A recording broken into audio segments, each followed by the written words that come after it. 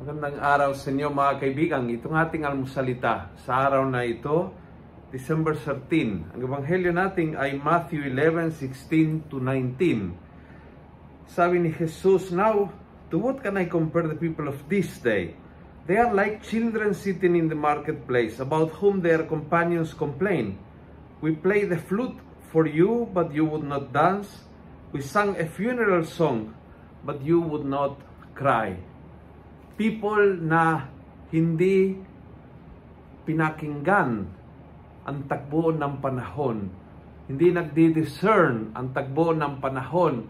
And they are always complaining about everything. And kung ito'y panahon ng makisaya, sila ay complaining. And kung ito'y panahon na makishare ng kalungkutan ng ibang tao, they are still complaining. Ang talagang kalooban ng Diyos ay hindi mahahanap sa pagiging reklamador.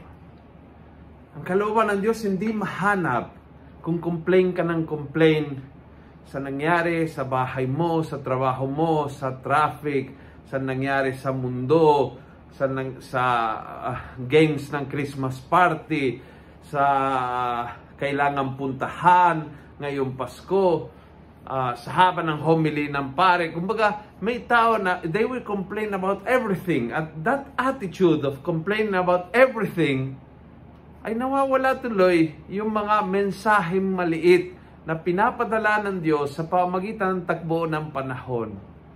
The joys and the sorrows and the happiness and the sadness of people around you, yun po'y nagdidikta ng tagbo ng panahon na kailangan samahan para magpahayag tayo ang mabuting balita. Isang mabuting balita na nagsalita sa taong malungkot, sa tao na anxious, sa tao na may pinagdaraanan sa buhay, sa taong masaya, sa taong may pag-asa, sa taong walang pag-asa.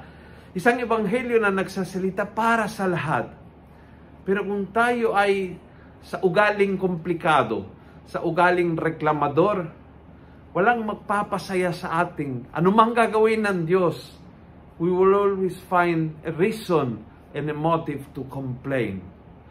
Harinawa ngayong Pasko, hindi tayo maging Pasko ng reklamador, kundi Pasko ng tao marunong magpuri, magpasalamat, mag-detect kung anong gusto ng Diyos sa ating kapaligiran, at magbahagi ng kasayahan. Kung nagustuhan mo ang video ito, pass it on. Punuin natin ng good news ang social media. Gawin natin viral. Araw-araw ang salita ng Diyos. And God bless.